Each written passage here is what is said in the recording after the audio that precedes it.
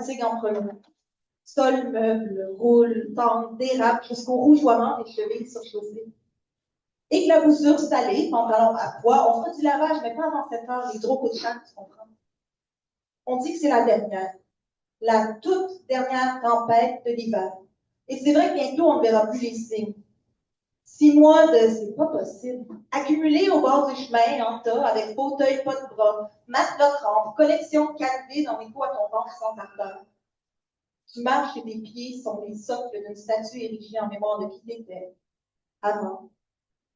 6 mois à vouloir te peler la peau à chaque coin de rue. Et puis le printemps qui lave tout, sauf ce qui se tapit en dedans. Petite poussière, presque rien, de petits ouragans deviennent grands, près du cœur, prêt à rugir, une bourrasque sur des braises voraces, un barrage retardé de bord en bord. Combien de temps passe? Et puisque sans explosion, pas de grand renversement. Alors, tu exploses. Quelque chose doit changer, changer, changer. Tu répètes inlassablement, sanglé tel Prométhée au banc de neige pisseux d'où tu officies ta défaite quotidienne. Pour faire diversion, on avait prévu se trouver au Crow ou à la Fleur. Quelqu'un avait proposé un petit party, peut-être, jukebox, game de poule et ornithologie dans le zoo urbain de Sudbury. De remanger des affaires dans le vinaigre. Opinions volatiles, discussions enflammées. On dit le townhouse ou la townhouse. Joyeux tapage dans la nuit des bars toutes chaudes de ces néons qui ne battent pas le soleil mais qui partent pareil. On avait prévu. Sauf qu'il est tombé 3 pieds, et les bras, et la tête d'un cocktail météo au shaker, pas à la cuillère. Là, c'est toi qui es revenu. Tu avances comme le train, rythme double coche, avec collage contre quoi tu sais pas, mais tu trouves que toutes les lèvres s'encadrent. Congèle glacé, saveur sand and salt, parade de pick-up conduit par des pobos. Trottoir, miroir, miroir, dis-moi que je suis pas pire quand je m'étale la face contre ton lac. J'aimerais rentrer chez toi, bâtir une maison dans ta maison, ou te retirer le temps que ça prendra pour réapprendre à respirer. Tu aimerais te soustraire à toi-même. Une équation toute simple, give the lady a break. Mais la pression monte, elle continue de monter. Tu continues d'avancer. La neige dehors, la guimauve dedans tes jambes de boxeur 5 secondes avant la cloche. Personne ne gagne à sauter à pieds joints sur un tube de pantadon. Pas de crime, pas de coupable accusé de ce 6 mois sans lumière qui, dit-on, est sur le bord de se terminer. Faites que ça finisse. L'obscurité, l'impuissance. Pourquoi tu es tout le temps fâché? Il n'y a pas de Dieu au numéro que vous avez composé. Pas de réponse, pas de répit, juste une autre grosse bordée de troubles qui s'ajoute à la somme de toutes les autres dans laquelle tu as failli te noyer en rentrant du travail un vendredi soir de mars. C'est la toute dernière dernière tempête de l'hiver. Et après, ça ira mieux. À moins que le ciel recommence à tomber.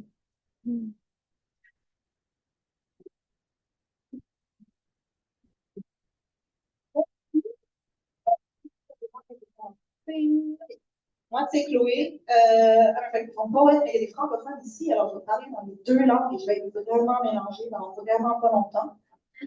Donc, le premier poème, c'est un poème que j'ai écrit pour La Nuit sur les Temps, qui est un festival annuel à Sudbury, où il y a toutes sortes d'arts qui sont représentés sur scène, notamment de la musique beaucoup, mais aussi de la poésie, du théâtre, et toutes sortes de choses de fun, et ça dure très tard dans la nuit, mais c'était vraiment très agréable d'être sur scène avec des grosses légendes. Il y avait comme Robert Paquette, qui avait comme écrit les paroles pour moi, j'ai dit oui, j'ai rien fait. Mais un jour, j'ai son courriel, je vais écrire quelque chose. Le prochain texte que je vais vous lire, en fait, c'est un texte qui a été publié dans la revue Art Poetry. Pour leur 100e numéro, ils avaient un numéro sur la traduction, donc ils voulaient un poème court, ils pouvaient faire traduire. Et donc, c'est mon texte, mais il a été traduit par Jessica Moore. Et je suis vraiment contente parce que pour la première fois, mes textes existaient dans un anglais qui ressemblait à mon français, ou en tout cas qui avait la même profondeur. Donc, le texte s'intitule A Party Pending. Joy is a Scott Joplin melody of a piano with a clear tone. Something goes through you, a new intention, to dance barefoot on the wooden floor, to melt into the yellow light of arpeggios. You think of children taking music lessons in a shadow puppet theater. An arm lifts, falls again. The movement is what remains when the weight of the pianist's body is removed. You dream he flies away, but the lesson isn't over. Even in the dark, the characters keep running across the walls. You are witness, and that is enough to maintain the momentum that stops the notes from falling. The song repeats. It doesn't say anything you haven't heard already in your daily contemplation, and yet you receive it like someone cracking open a window to let the winter in. You are the only one there to breathe in time and its syncopations, to invent a new way of laughing. Tired light bulbs tell of the madness of cabaret, wari stilts, secrets slipped in under the breath.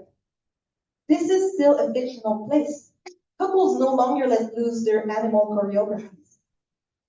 Alone in your living room, you keep your eyes closed, you keep your eyes open in case someone comes back to pick up the lone love. The ghosts cover themselves to wander. They carry with them suspended stars. A party, pending. You have the urge to write about joy because it requires you to renew your devotion. It forces you to be present in a night replete with Scott Joplin's piano, where you whirl, carefree, magnetic, and full.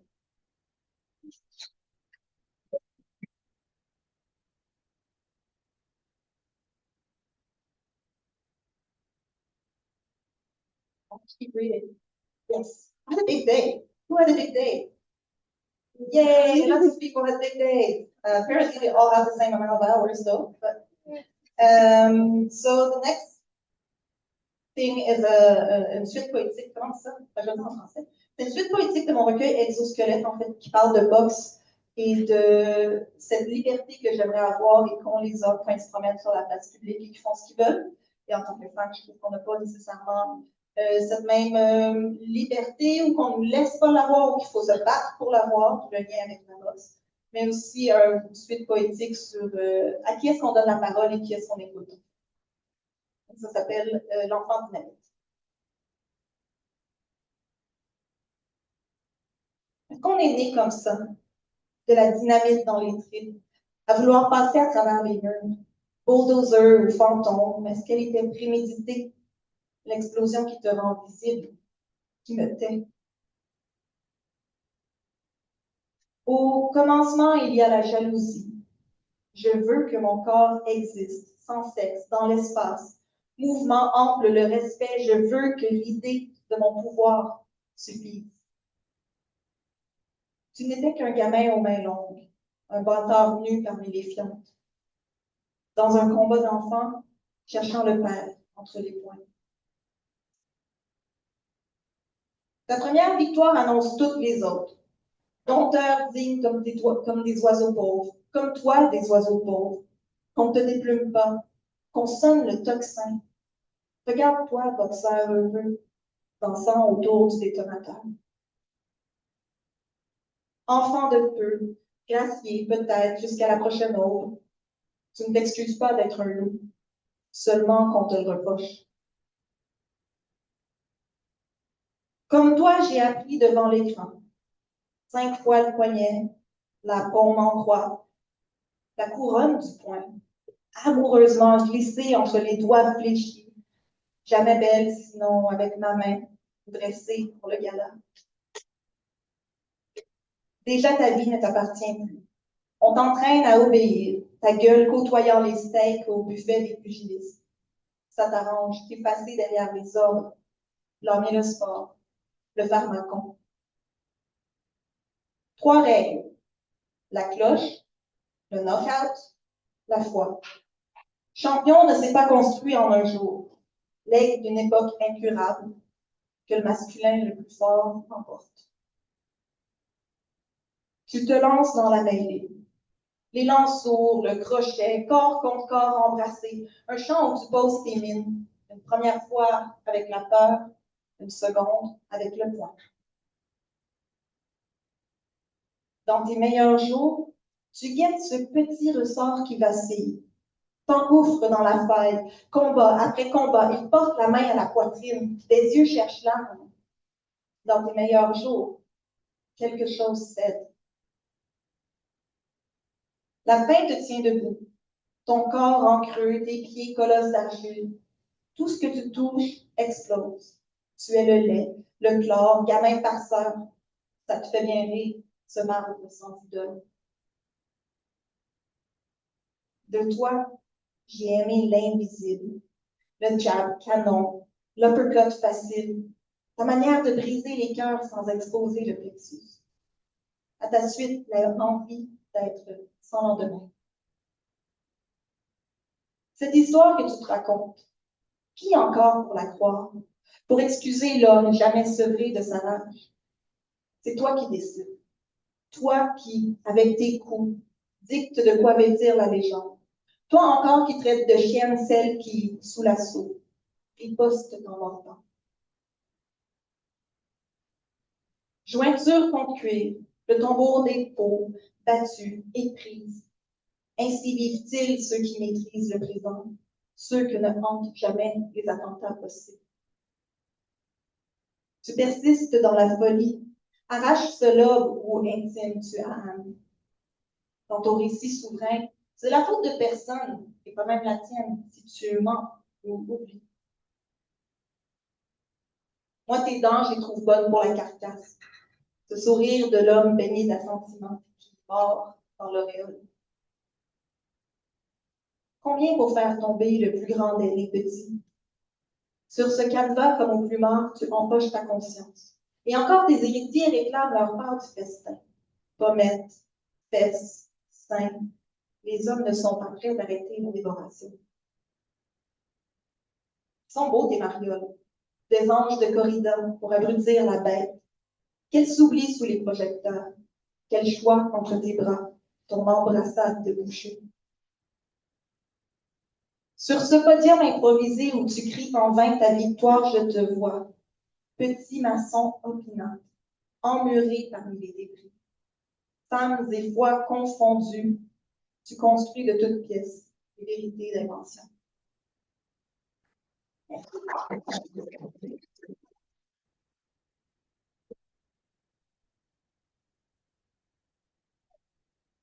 I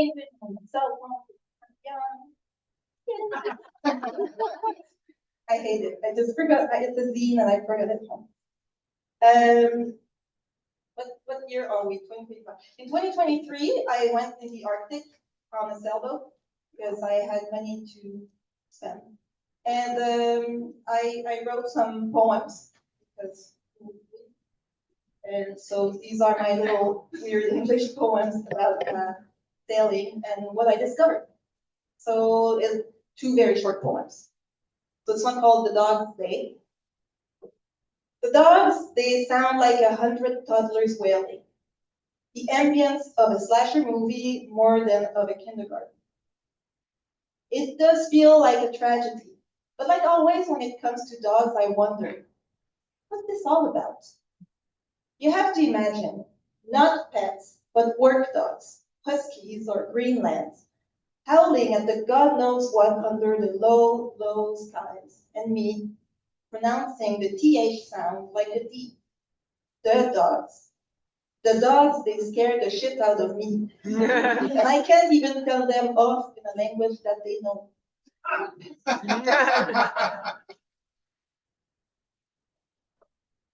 And the other one is the title of the zine. It's very good. I'm very sorry for that. It's called Always Puke Lured.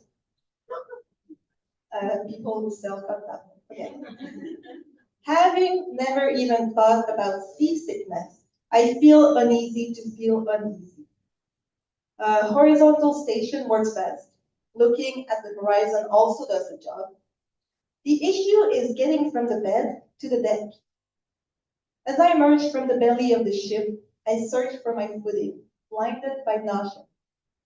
Soup ye te panisha meets life. Keep learning new words as I jettison, or yeet, some very fine food leeward.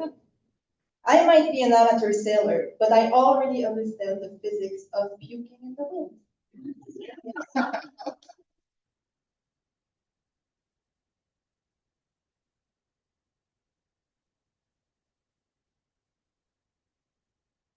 Last one for you. Yeah.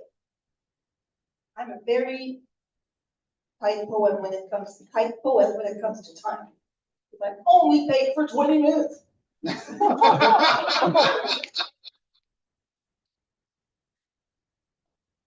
What about, ben, je vais le dire en français. I guess I can explain to it in English, so you kind of pretend like you understand. But I could have done Randall. That's more like Randall.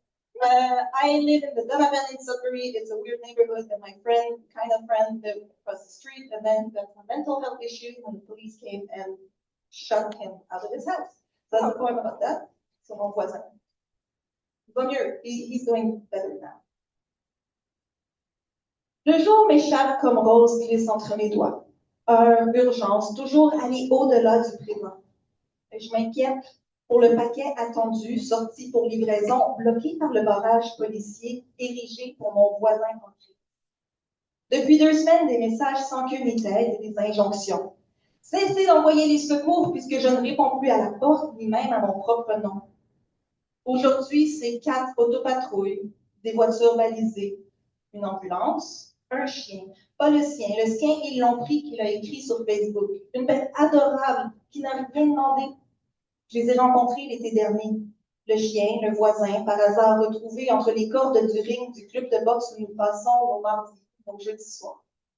Le voisin, un homme échevelé, jamais tout à fait en train de comprendre ce qui se passe.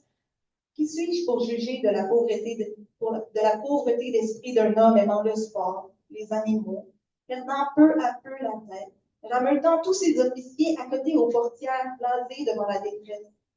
Tous ces messages décousus, gouvernement corrompu, amis imaginaires de la Russie, des influenceurs, des pop stars, Clone Wars slaves, Free All Angels, rêves de Californie, de trahison, d'amour. Les accroire, les siens, les miens, le colis, mon colis bloqué, une insignifiance à 2,50 $. À l'heure où les enfants rentrent de l'école, l'assaut est lancé. Fracas, cris, une douleur terriblement humaine et parfaitement exprimée. Plus tard, les journaux parleront d'armes moins létales et puis des fusils cons, excluant la personne qui parle, a utilisé contre l'homme puisqu'il refusait de quitter sa maison, son havre, de son propre gré. Et puis c'est tout. Pas de faute nommée, de menaces, de danger. Je sais bien sûr les couteaux qu'il exhibait, les sabres, les couvre-chefs ridicules aussi. La semaine dernière encore, il déambulait en manteau de fourrure, son arsenal à la ceinture, un chapeau de cow-boy rouge, un accessoire de Canada Day, au sommet une chapka, l'accumulation comme une armure, un accoutrement qui crie « Voici tout ce que je suis ». Des babioles de carnaval, l'idée d'une puissance évoquée, palpable. Des amis rigolent, m'envoient les articles publiés pendant que, scotché à ma fenêtre, je priais pour un happy end. Et j'écris « J'espère que tu vas bien, je pense à toi ». Un autre voisin me contacte, m'envoie 8 minutes de vidéos sans son diffusées en direct de son balcon. Par osmose, sa vie à lui intéressante, d'avoir un voisin fou. Il ne se passe rien d'autre que ça. Un autre fait divers. Une curiosité morbide, mais celui-là avait un nom. Depuis, a disparu ou presque. Je pense à toi quand je vois une Jeep stationnée devant ton Porsche défoncé. J'espère que tu vas bien. J'espère que quand tu sortiras, on te rendra ton chien.